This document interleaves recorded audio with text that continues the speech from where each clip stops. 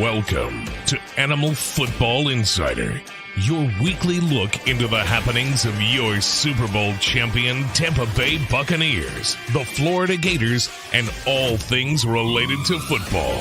And now, from West Des Moines, Iowa, here's your host, The Animal. Whoa! I gotta tell you something. The latest happenings that are going on have been totally amazing, be it college football, be it the National Football League. You know that we have a lot that's going on in football, whether it be college or professional. Cowboys and the Saints, they're doing battle tonight.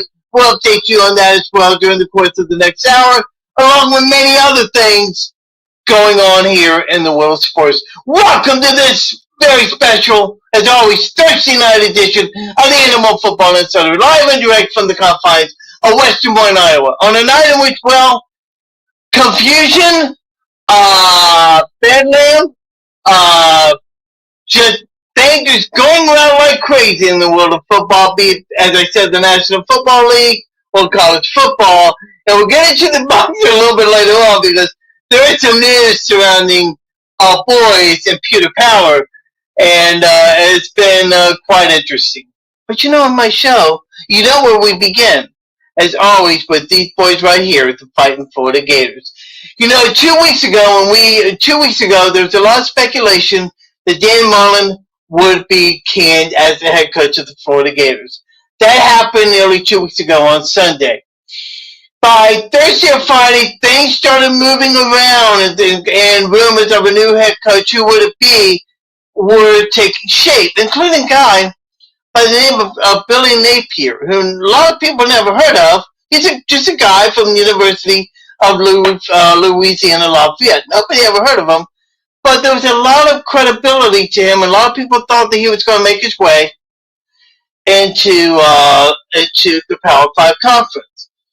Athletic Director Scott Strickland had one meeting with him, was sold on him, and by this past Sunday, officially became the new head coach of the Florida Gators. And with all that, a lot of turmoil things have happened. New coaches have been flocking left and right, and it's caused everybody's head to be spinning left and right, including this guy right here who's going to join me tonight, Terry Norvell, who is the host of College Sports Today. He's a very well-profound sports journalist. Does an excellent job. He knows all about college football. And by the way, if you got questions for Terry, we will post them in the chat room as well. But Terry, thank you. Oh, sorry, so excited. I raised my voice a little bit, sir. Thank you so much for joining me tonight. And has your head stopped spinning yet from all these changes that's happening? Well, first of all, it's my pleasure. Thank you so much for letting me spend a few minutes on your show. And, if you've covered this sport, college football, as long as I have, you kind of get used to it. Late in the season, man, we're in week 14. I know it's flown by, but this is kind of what happens at the end of the year. You have coaches, get fired. You have some coaches move on their own volition. You have some surprises, and we've had it all, and it's not finished yet. We've got a couple openings still, a couple of big openings still out there in college football. When we started off today, there were mainly four major Power 5 head coaches that were still needed to have coaches. Okay, late this afternoon, we got word of another coach that decided to step down, Bronco Mendenhall at Boise State. So now he's looking for a job.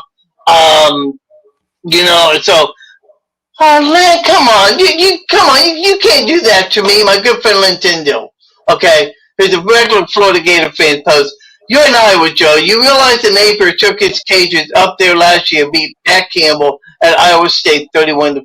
Terry, I don't know about you, but that's rude and crude. Don't you think so, sir? Yeah, I remember that game well last year. It was a big upset, we thought at the time, and then you looked up last year and then through this year and you said, hey, this Louisiana program, they play pretty good football. And yeah, you mentioned a moment ago Bronco Mendenhall, at Virginia. That's a pretty nice job, and he'd been there 6 years. And he stepped That's Virginia. My apologies. That's right, Virginia. But I mean, he steps away. That's a pretty nice job.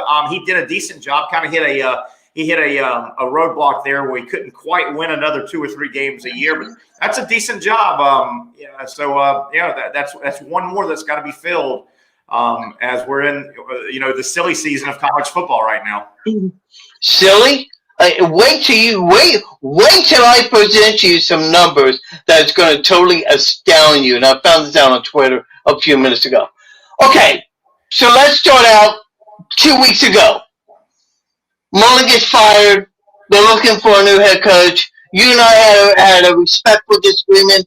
I felt like Mullen should have stayed. You felt like that he should have gone. Obviously, Scott Strickland listened to you, and Mullen got a copy of the home game. And, Terry, I was kind of hesitant on a new guy coming on board, but the more I hear about Billy Napier, the more I'm coming around to liking this guy more and more. Well, a couple things real quick. Again, going back to being an old guy, I'm a lot older than you. I've been around this game a long time. All the writing was on the wall 4 or 5 weeks ago. Dan Mullen, I've seen it before. When coaches get belligerent, when they start lashing out, when they start questioning, how dare you question me? I'm the coach. Mullen did all those. He showed all those traits 4 and 5 weeks ago. I've seen that before with Florida coaches. I've seen that before with Jimbo Fisher at Florida State his last couple of years. It was pretty apparent by Mullen's verbal and nonverbal communication. He didn't want that job anymore. He was ready to move on for whatever reason. We may never know, but it was pretty apparent by Mullen's verbal and nonverbal. He had checked out. He was ready to get out of there. Now, conversely, Florida needed a coach. Scott Strickland, I think, did what most athletic directors do. He got out in the world of college football. The people that really know college football, that understand and work in the industry, every year there's 2 or 3 guys earmarked as the next kind of hotshot, up-and-coming superstars of the profession. Billy Napier, his name and Billy Napier's reputation the last 10 years, he's kind of built himself to that position. He is known in the industry as one of the next up-and-coming superstars. Now, nothing's guaranteed, but he's been labeled as one of the next up-and-coming superstar coaches that's about ready to get a Power 5 job, and most industry experts think he's going to be really successful. A year ago, Auburn and South Carolina flirted with him. And, thank you, but no thank you. But, yeah, Scott Strickland, I think, did his homework, did his due diligence, and most industry experts pretty much agree that this guy, Billy Napier, he's got the resume. He's at the age where he's ready to make the jump. And most people agree that nothing's guaranteed in life, and certainly in college football. But most industry experts of college football think Billy Napier is earmarked to be one of the next young up-and-coming superstar coaches when he lands a Power 5, and he just landed a Power 5.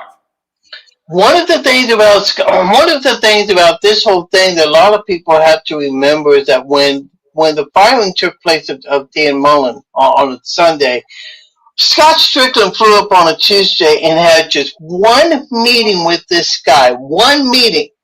But Terry, I'm hearing word that there was another meeting that took place weeks before all this went down. I don't know if you can confirm that, but if that's true, it tells me that Scott Strickland had already made the decision. He was ready to move on from Dan Mullen. Well, I can't confirm that for 100%, but the way this thing works is maybe they had one meeting in person, but back channels in college football are like back channels in business. I mean, right. These athletic directors, when they get a hunch or when they get a feeling or when they get a little cold feet, they start talking to agents and they start, example, Lincoln Riley, he jumped out and surprised everybody several days ago to go to USC. That didn't just start 4 or 5 days ago. That got started in the back channels. There's hey, Mr. Agent, if my school has an opening, do you have anybody? How about this guy? Would he? So that all starts weeks ago. They might, Strickland and Napier may have met in person for the first time. But, yeah, they certainly could have had some conversations via third parties and to kind of keep the ethical thing via third parties, if you know what I mean. But yeah, none of this stuff, including LSU and Notre Dame and Brian Kelly and Lincoln Riley, none of this stuff popped up in 2 and 3 days, like some people will make you think it have. It just doesn't work that way. More on Brian Kelly in just a minute because there's an interesting story that comes out about that. Terry Norville of College Sports Today joins us on this Thursday edition of the Animal Football Insider. And Len, I'll get your comments here in just a minute because there's an interesting story about that. I saw, some stories about Billy Napier, and I saw the way how he does things. He's very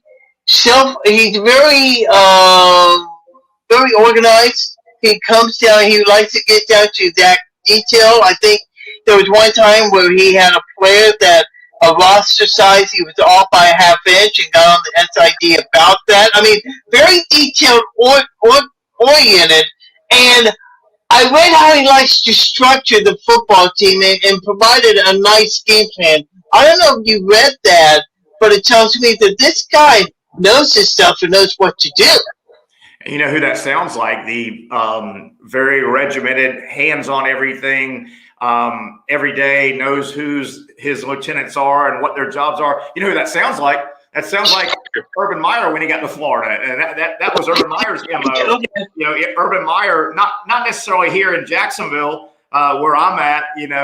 He doesn't appear to be hands-on with the entire franchise with the Jaguars, but Urban Meyer was that guy. He was, when Urban Meyer was at Florida, when Urban Meyer was at Ohio State, and even before, you got the feeling, and he gave off the feeling that he had his hand and his fingerprint on every aspect of that program. And that's kind of what you feel with Billy Napier's makeup. And I don't mean that from a dictatorial standpoint necessarily, but just hey man, I just want to oversee. I want to make sure that I can catch stuff if I need to catch it early enough to correct it. But yeah, he sounds like he is a hands-on, young, full of energy, aggressive, likable. And I want to say that again. You also hear the word very likable, relates well to players. You got to believe at the age of 42, he's got that social media thing working probably a little more than people that, their age, like me. My number starts with a 5, not a 4. You think he I know it's a bad cliche, but it really appears that Napier checks a lot of boxes. Terry Norville, College Sports Today, joins us on this edition. I read somewhere where he likes to put it in phases, like first 2 weeks, like organizational meetings. Then he likes puts it in stages. One of the things that came under fire was Dan Mullen and the way that he was recruiting, with the way he was doing recruiting. And there was a report out on Twitter late this afternoon how recruiting coordinator Lee Davis would text out memos to college players claiming that was Dan Mullen doing the talking when in fact it was Lee Davis. It just seemed to me like there was a lot of bad recruiting practices going on there.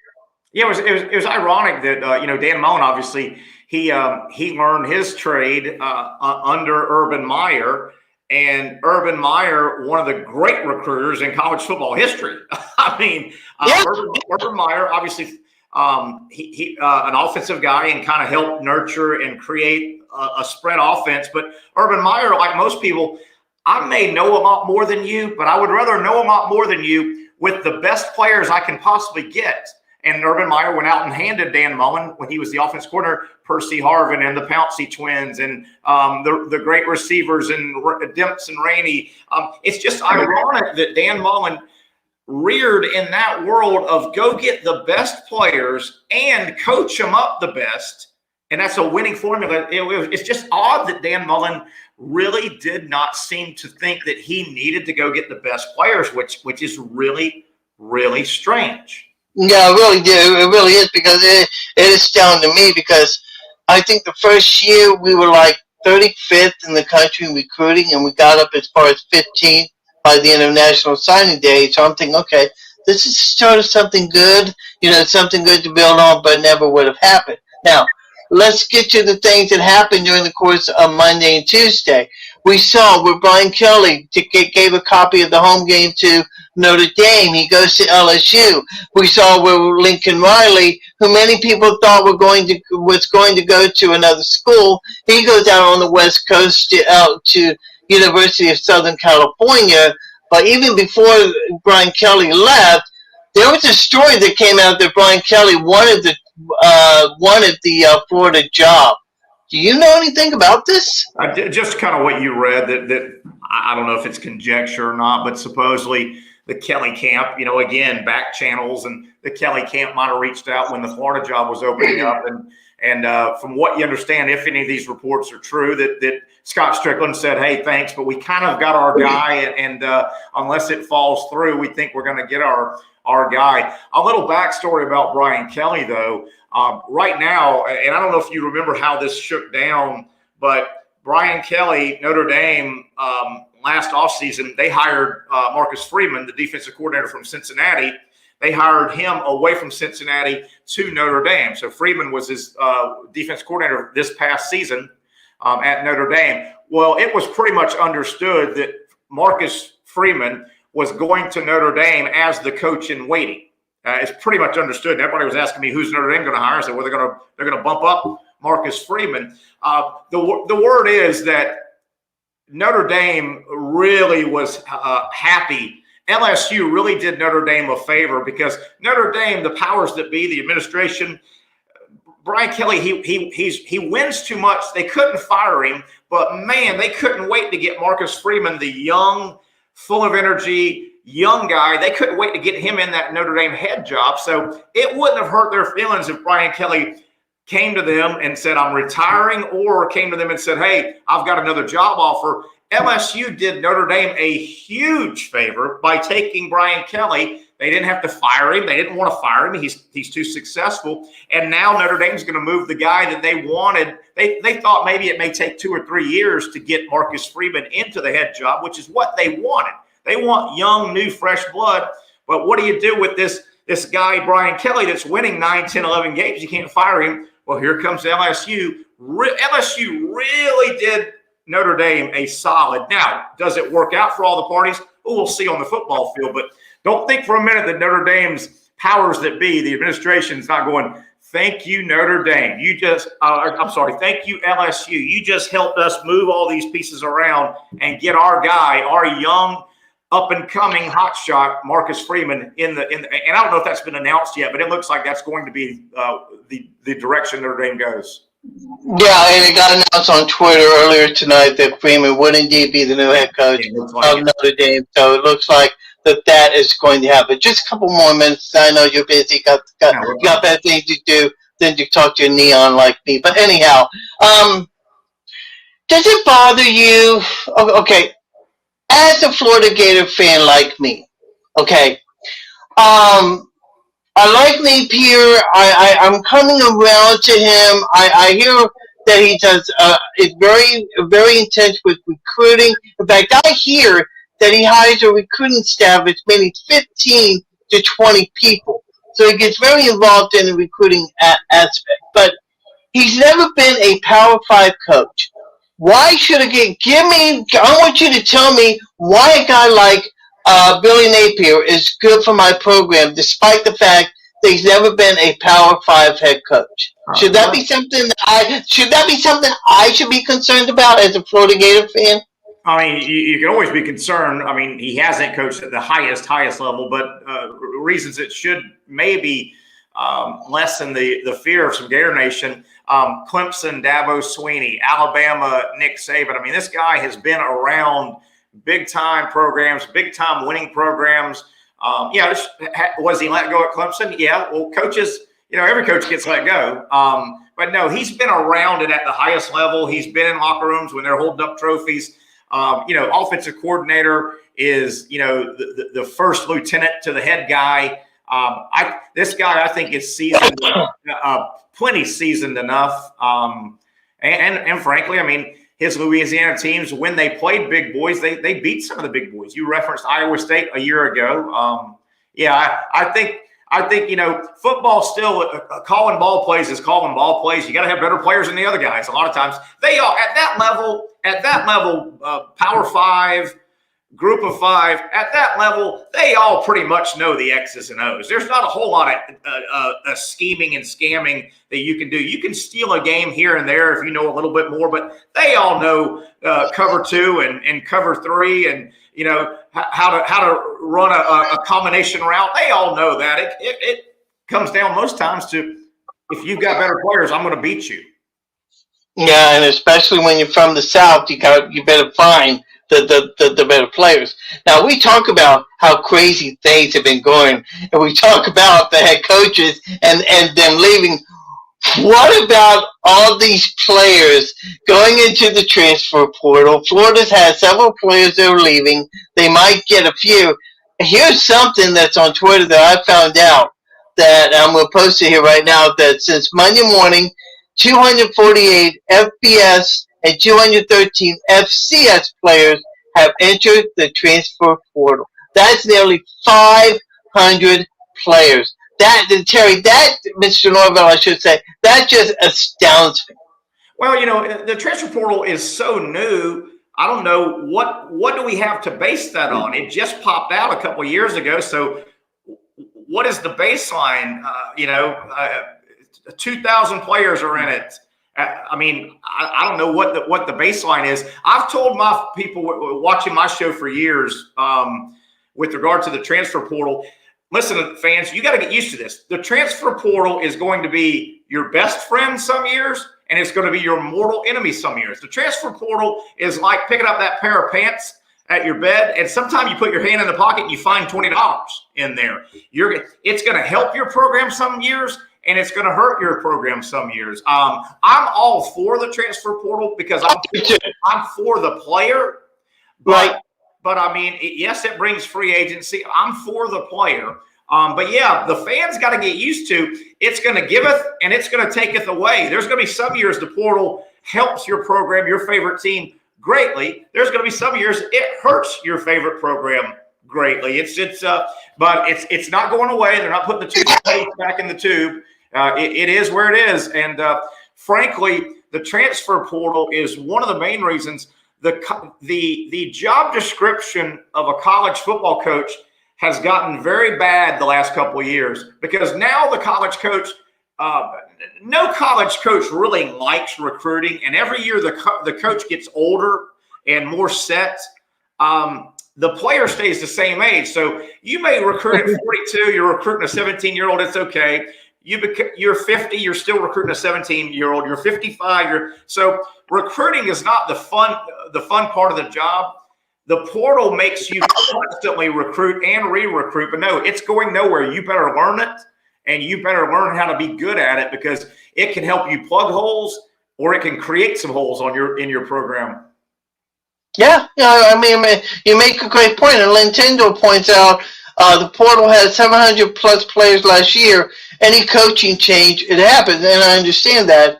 Then he makes a great comment. He says, if a coach under contract can leave at will, so should the student athlete. I totally so hard to agree with that.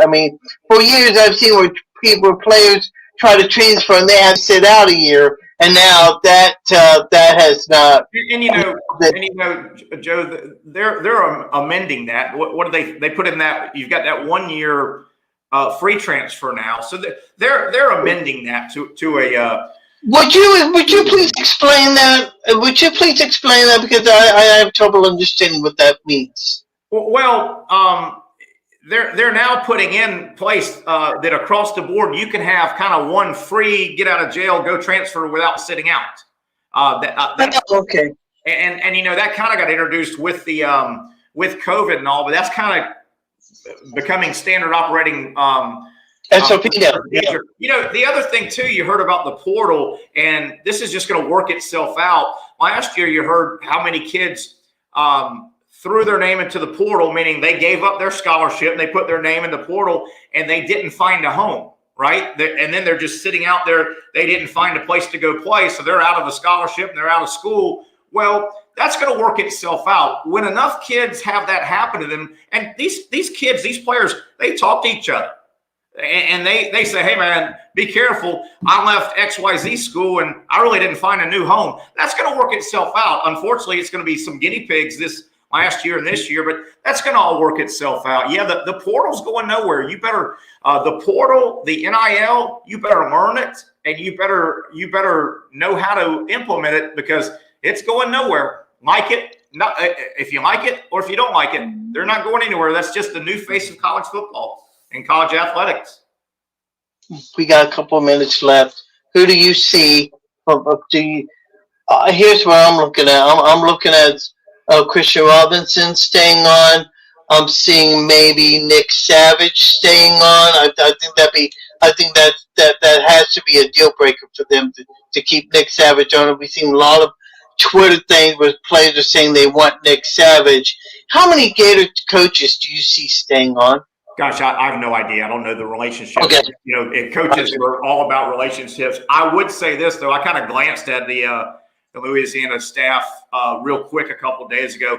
I would it's just me. I have no inside scoop. I'm just throwing this out. I'd be stunned if Billy Napier doesn't bring his strength and conditioning coach from Louisiana. I can't remember his name. I think it's Hawk, Hocke, I believe. Yeah, that's what it is. Yeah, he coached with he's been with Napier for a long time. I think they would just let Nick Savage go just because of a relationship thing. This guy was on the strength staff at Alabama under Scott Cochran, who's a legendary former strength coach. He's now at Georgia.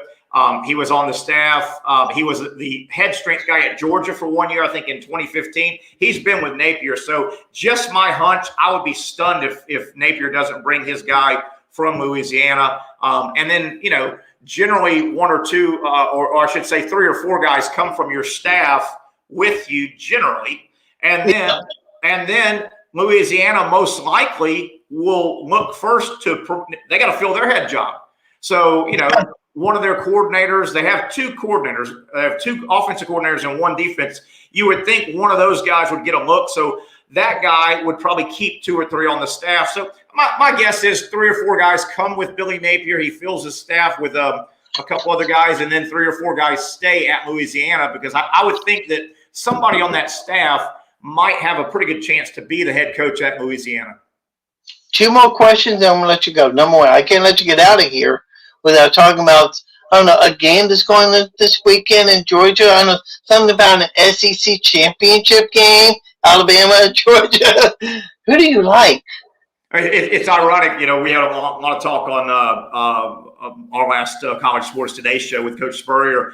It's ironic that, Alabama controls 2 spots. And the SEC office, they can't say this publicly, but the SEC office is drooling over the fact they're praying to God that Alabama wins. If Alabama wins, the SEC gets 2 teams in and all that money. Yeah.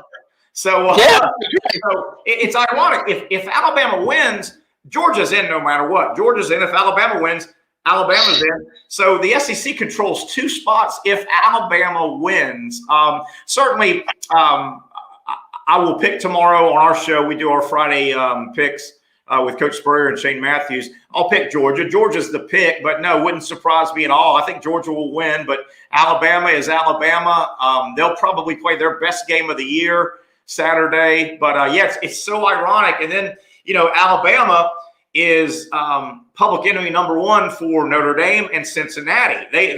Those 2 want Alabama out. They want Georgia to beat Alabama to free up a spot. So, so that's going to be interesting. It's ironic, though, that Alabama controls 2 of the 4 spots. If Alabama wins, Georgia and Alabama, there's only 2 other ones to fill. I never looked at that from that angle. You mentioned about Steve Spurrier real quick. Do you think there's reports that he had a hand in the Mullen firing, but everything I'm hearing saying no? What do you hear? I'm with Coach Spurrier two days a week, and I do my show, College Sports Today, from his restaurant. We broadcast College Sports Today from Spurrier's Gridiron Grill inside the podcast room. I can tell you for a fact, whenever that came down a week ago Monday, Coach Spurrier was upset. He was very upset. That report, and I believe it popped up on Feinbaum, and I gave him a few minutes on the show, and he said, let me tell you something. He learned of the firing of Dan Mullen that Sunday when it came out. What was it, a week ago Sunday? It came out about 1:30, and Coach Spurrier told me on and off our show air, he said, Terry, I learned it when everybody else learned it. I had nothing, and I'm paraphrasing Coach Spurrier, I had nothing to do with the decision to let Dan Mullen go. And he went on to also say, when Napier was hired, I'm kind of mixing my days up. What's today? Thursday. Monday, my show was on Monday and Friday. So this past Monday, Coach Spurrier on my show, College Sports Today, told God and everybody, he said, and by the way, I had nothing to do with the hire. And I mean, that's straight from Coach Spurrier's mouth. He had nothing to do with the decision to let Dan Mullen go, and he had no involvement. As a matter of fact, he heard about the Napier hiring via the reports that popped out about 1:30 on Sunday.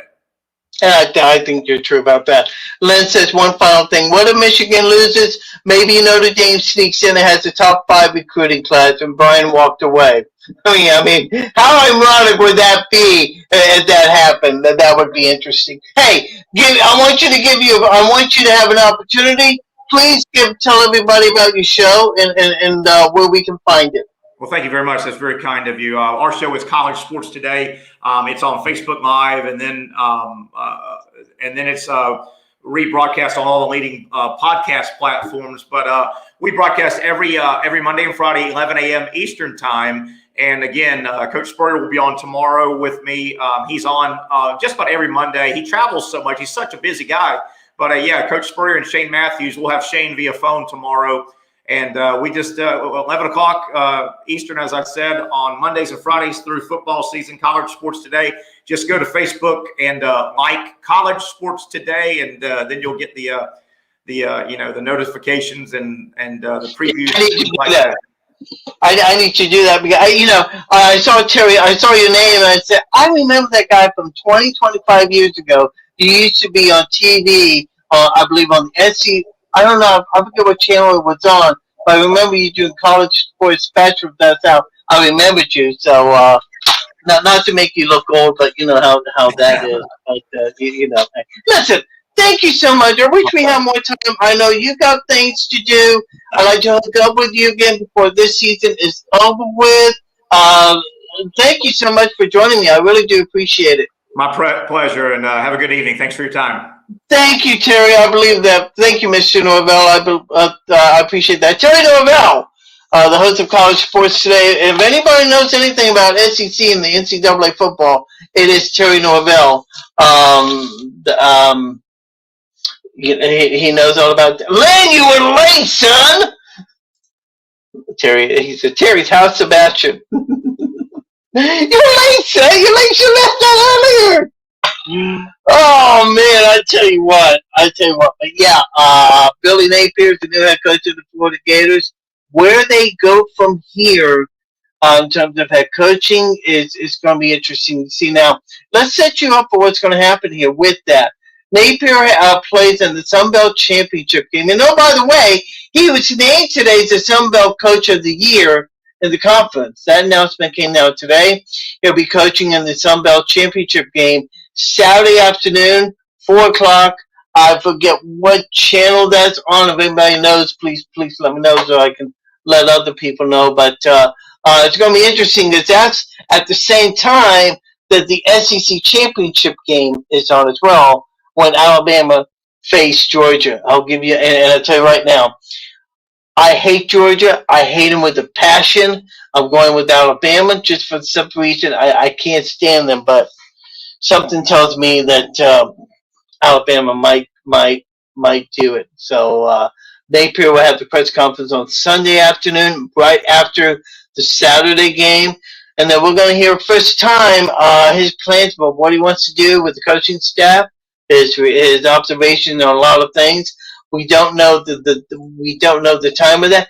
Yes, I know, Lynn. You told me that he is a guy. Yes, I get it. And yes, he will have a press conference on Sunday. We don't know what time that is right now. I believe it's around 3 or 4 o'clock in the afternoon. If anything breaks out, we'll, just follow me and I'll have all that information for you as we go along. Okay, so that's college football. That's the Florida. That's the Florida Gators. That is the SEC. Gator Nation. I gotta give it up for that. But there's some also crazy things that are happening around the National Football League, especially with my boys right there, the Tampa Bay Buccaneers, as they get ready to take on Atlanta Falcons Sunday afternoon in Atlanta, 1 o'clock. Catch a game on Fox. Now, some things have already has taken place because some news came out just today about, and it's big news concerning suspensions on a couple of players. Antonio Brown is suspended for the next 3 games. Safety Mike Edwards is suspended for the next 2 games for violating COVID protocols. As you know by now, Antonio Brown, there was a report out that he had given a fake COVID vaccine card to the NFL. Antonio Brown denied that, but the NFL chose not to listen to him, so they suspended him for the next 3 games, along with Mike Edwards, who also had violated COVID protocol. Now, in a lot of ways, this doesn't hurt the Buccaneers because he's always nursing an ankle injury, so he was going to be out anyways. So, hopefully by the time this suspension is over with, Antonio Brown will be back healthy. Does it hurt the Buccaneers a lot? No, I don't think so. I think that having a guy like Antonio Brown out gives more playing time to these others and these other players. Fincher Rossi comments, and Rodgers skates. And you're right. He does skate. And that's one of the things that I want to harp on. And this is why I get on my soapbox for the next 2 minutes or so.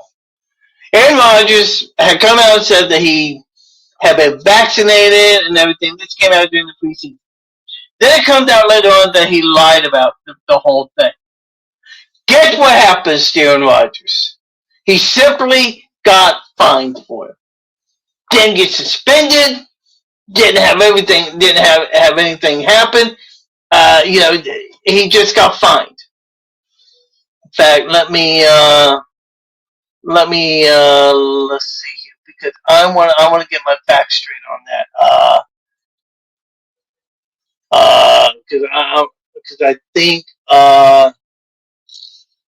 Because I do recall that the NFL came down on him.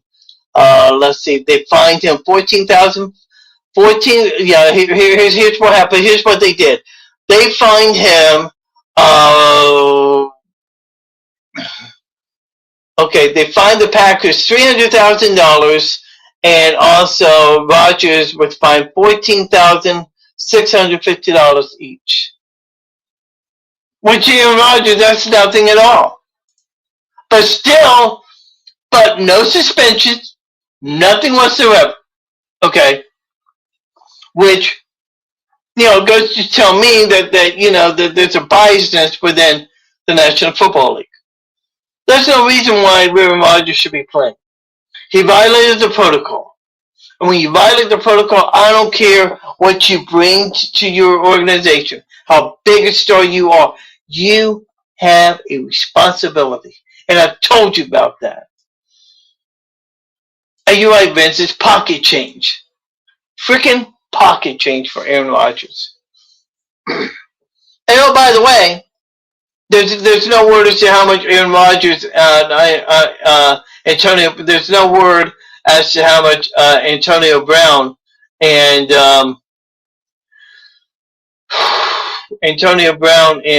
Mike Edwards were fined. All I know is that they were suspended, and that came down earlier tonight. Oh, I just saw something a moment ago. I need to add on this. Yeah. One final note about the whole Brian Kelly deal here before we move on. Okay. Apparently Brian Kelly wanted to leave LSU, wanted to leave Notre Dame bad. How bad? On Monday, the word got out that Brian Kelly was leaving and going to Notre Dame. By Tuesday morning, the players met with Brian Kelly, and Brian Kelly spoke all of 2 freaking minutes to his team saying goodbye. Just 2 minutes. Did not give a Q&A session. I don't know what was said in that meeting. I'm sure that he apologized for the reports getting out on news media instead of him telling them. But you've been at Notre Dame. You've been at Notre Dame for what, 7, 8 years? You're in the hunt for a national championship, and all you have is just 2 minutes to talk to you guys? I just happened to see on Twitter that Brian Kelly was speaking at the halftime of the LSU Cincinnati game. You know, oh my Lord, that's screwed up. I'm sorry, that is really screwed up. You know. But back to the whole COVID thing, and back to Aaron Rodgers and all that. Why? I mean, that is insidious that Aaron Rodgers is not suspended, and he should be. And that goes to the biasness of how the NFL treats its players, it treats their rules and protocols. You broke the rules, you should be suspended. There should be no degree for any level whatsoever. And yet it's happened. Now, this news comes off on the heels of the Bucs game and what they did last week. And boy, what an exciting game it was. As let's see here, as the Buccaneers they took on the Indianapolis Colts in Indianapolis. They played a fantastic. I mean, I'm going to tell you something here. It was a game that went back and forth and could have gone either way. But thanks to Leonard Fournette and that offensive line, Fournette was able to take it with like 1.5 minutes to go. Took it like 30 yards in for the score to win the game. Fournette had 100 yards on the day to lead the team to the win. 38-31 was the final score. And now the Buccaneers are 7-8-3 now, and in the hunt for a playoff spot. If they keep going this way, they take on Atlanta this Sunday. Okay.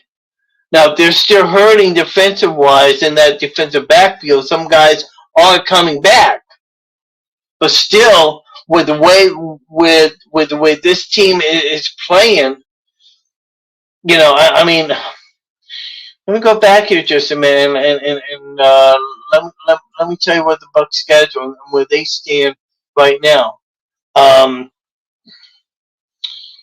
Let's see here. They got the Atlanta Falcons this Sunday. They have the Buffalo Bills the following week. They got the Saints week 15 in New Orleans. And by the way, for those that are wondering, the Animal will be down in Tampa. And hopefully going to be able to watch that game.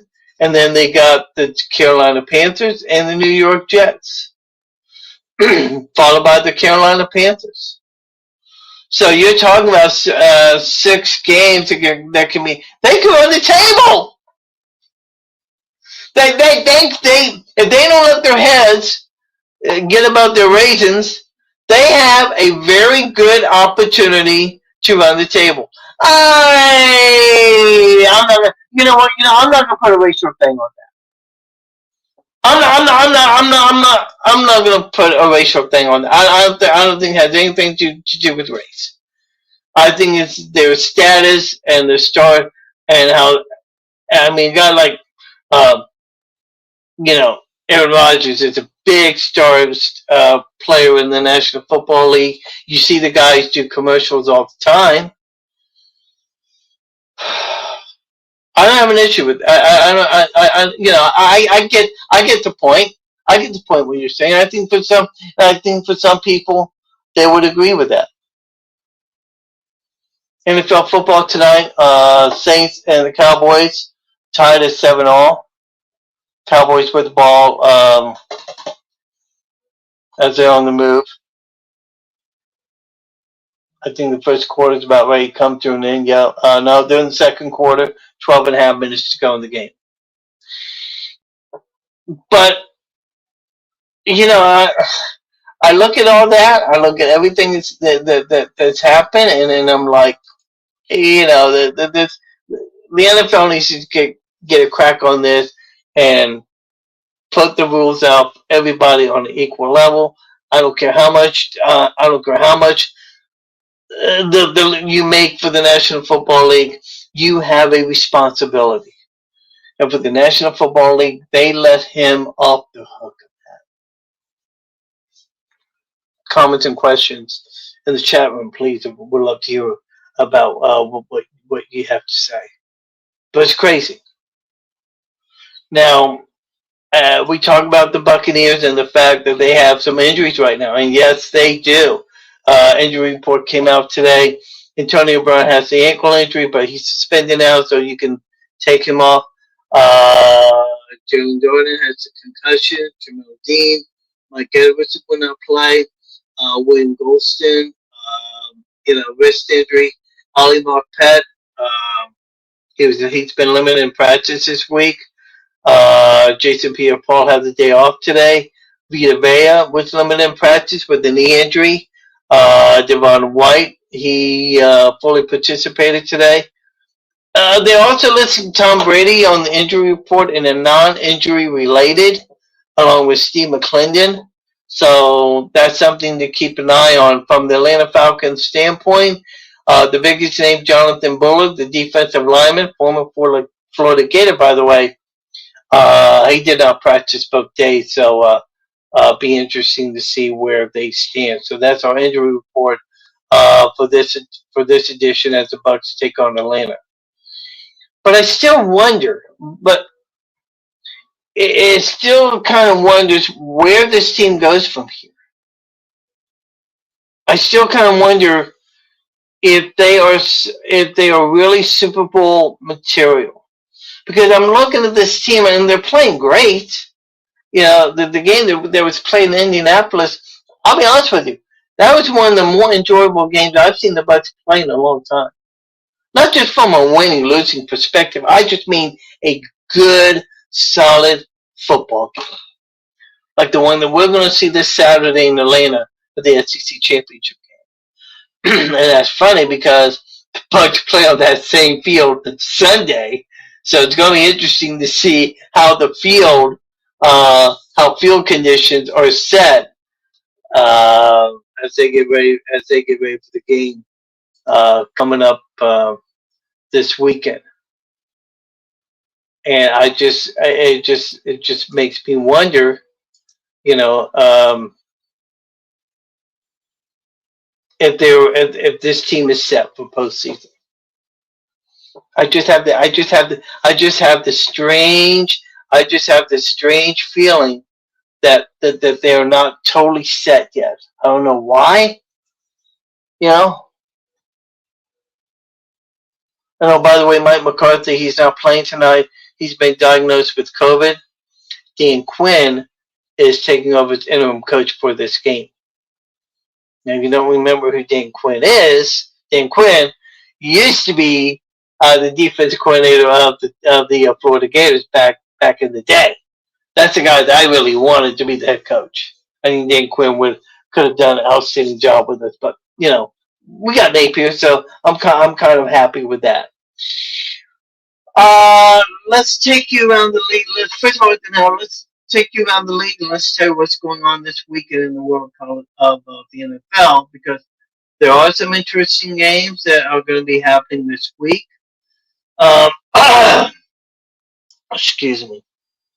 As a matter of fact, let me take some Wawa. Bucs will be Atlanta, Arizona, Chicago. The Rams will be is that the Rams or the Chargers? Yeah.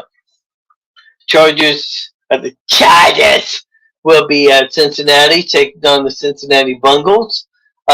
Minnesota will be at Detroit, the Giants at Miami, Philadelphia, New York, Indianapolis at Houston. Other game, Jacksonville beat the Rams, 3:05 Eastern kickoff, Central Time kickoff, I should say. Denver will be at Kansas City for the Sunday night game, and on Monday night, the Patriots will be taking on Josh Allen in the Buffalo Bills. Boy, what a great story by Josh Allen, man. He's been doing an outstanding job playing this year. And of course, Vince would say, all roads go through Arizona. You're right about that. Oh, by the way, for those that are interested, our Buccaneer group in Iowa, we're meeting this Sunday at the Chief Seats in Des Moines. You want to come down and watch football with us? You're more than happy to. They got the NFL Sunday ticket. Should be a great time, Vince. So, you want to come down and watch some football? I'm more than happy to. We're going to have a good time. And should be interesting to see what happens. Now, we all said this is championship weekend because not only is the SEC championship is getting played, other games are going on in college football. It'll get started on Friday night when Western Kentucky will be at Texas San Antonio. Oregon will be at Utah. I don't know if that's for the Pac-10 championship game or not. That game will be at 8 p.m. Eastern Time on ABC. Saturday, the Big 8 championship game will have Baylor against Oklahoma State. Kent State will be in Northern Illinois. Utah State against San Diego. Appalachian State will be at, Louisiana. That is a 2:30 game on ESPN Central Time. So you want to be sure to watch that game. I know I will, as I want to see what Billy Napier does against Appalachian State. Georgia at Alabama for the SEC championship game. We've been talking about that. Houston will be against Cincinnati. That's a 3 o'clock game on ABC. The Big Ten championship game will have Michigan against Iowa. That's a 7 p.m. Central start on Fox. ACC championship will have Pittsburgh at Wake Forest on ABC. And then to close out the night for the Pac-10 championship game, UCLA will be against Cal. That should be an interesting game. But well, hang on a second. Let's see here. That cannot be a Pac-10 championship game, would it? No, the Pac-10 championship game is going to be on a Friday. I'm sorry. That's the Oregon-Utah game. That's going to be on Friday night. That's why it's on ABC, because that's the Pac-10 championship game. So it's going to be interesting to see where these teams, to see what happens here.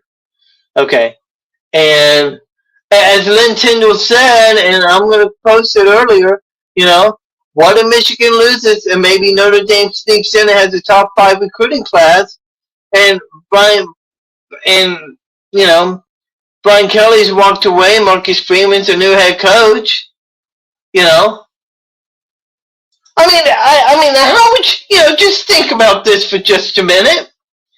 How would you feel if you're a football player and you come to find out that your coach has dissed you and gone to a different team in the middle of what could be a national championship year? Are you kidding me? Are things at Notre Dame that bad?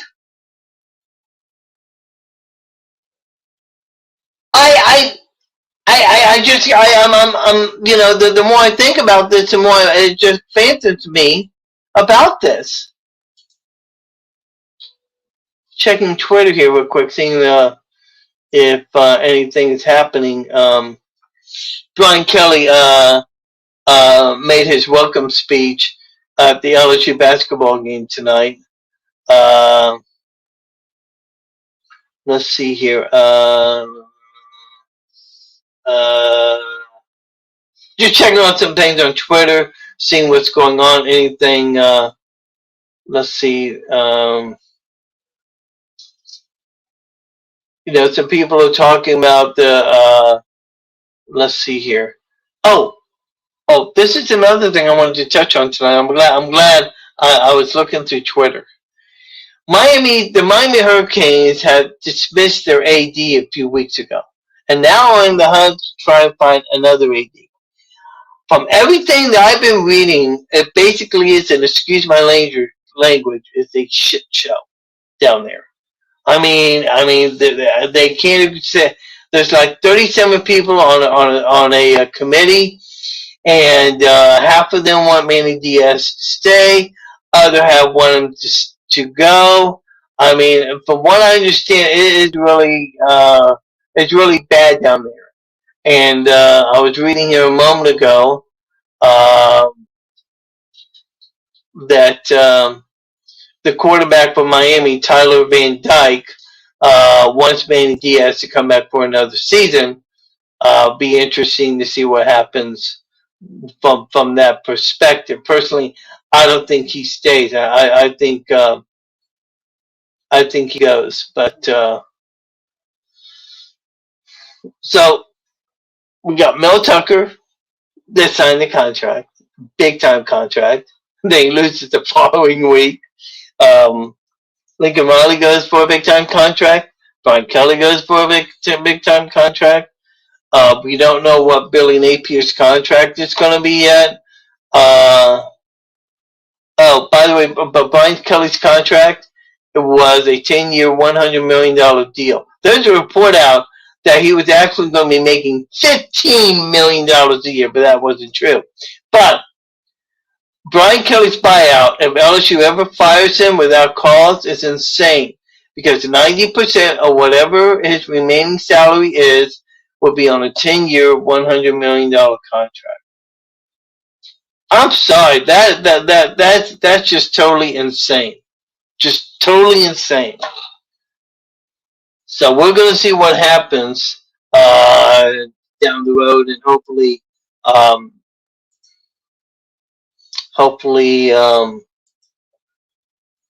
we have some good games coming up here this weekend. So again, 1:00 Sunday afternoon. Buccaneers in Atlanta. This weekend will be the SEC Championship. Oh, by the way, let us remind you one other thing. Sunday afternoon, they're going to start posting the bowl select. I think it's Sunday that they'll post the bowl selection committee on what teams are going to go where in the bowls. Let's remember that Florida and UCF will be playing in Tampa. We don't know that yet, but we'll soon find out. We'll pass it along to you. Don't forget Billy Napier will be speaking this coming Sunday. Go to YouTube, check out the Florida Gators. I'm sure they will have that press conference live. That should be very interesting. I've had a great night tonight. I hope you all have had a great night too. I want to thank Mr. Rossi, Lynn Tyndall, of course, Terry Norvell from College Sports Today for joining me on this edition. It's been a great time. I was going to have a couple more minutes here if everybody wants to chit chat for a moment here. Next week we'll be on 7:30 Central Time. We talked about Mendenhall stepping down of Virginia. By the way, here's one other thing. We talked about how by the way, one other filing to know: Steve Adazio, former assistant coach at the University of Florida, has been fired at 2 years after being head coach at Colorado State. Now, there's like 84 teams. The bowl game's going to hold like 82, 83 teams. But this year, there are 84 teams that are eligible for postseason bowls. Okay, so today, the Division I Football Oversight Committee announced today that they would waive April 1st bowl game certification application. Okay, so this be done for one time only. They're going to have an additional bowl game. Let's see here.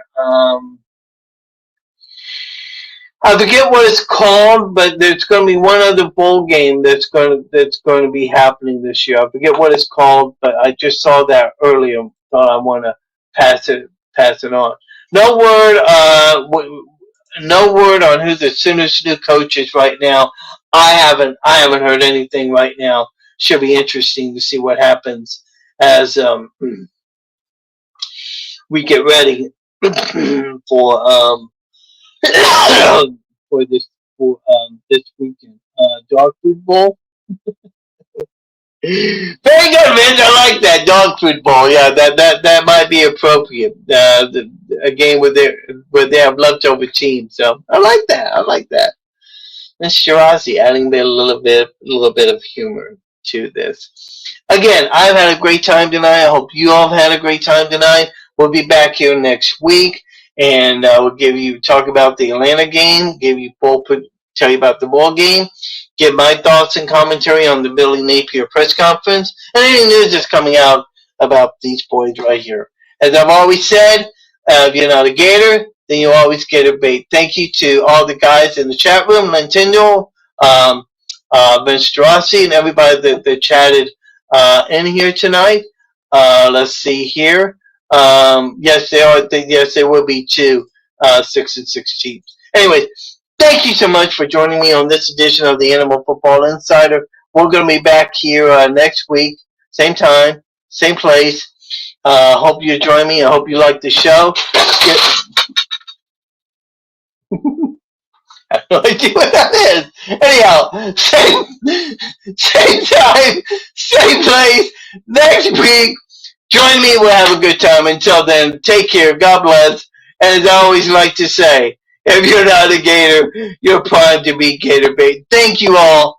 Have a good night. And as I always like to say, go Gators. Good night, everybody. Thank you for watching Animal Football Insider. Be sure to join us every Thursday night here on Facebook Live.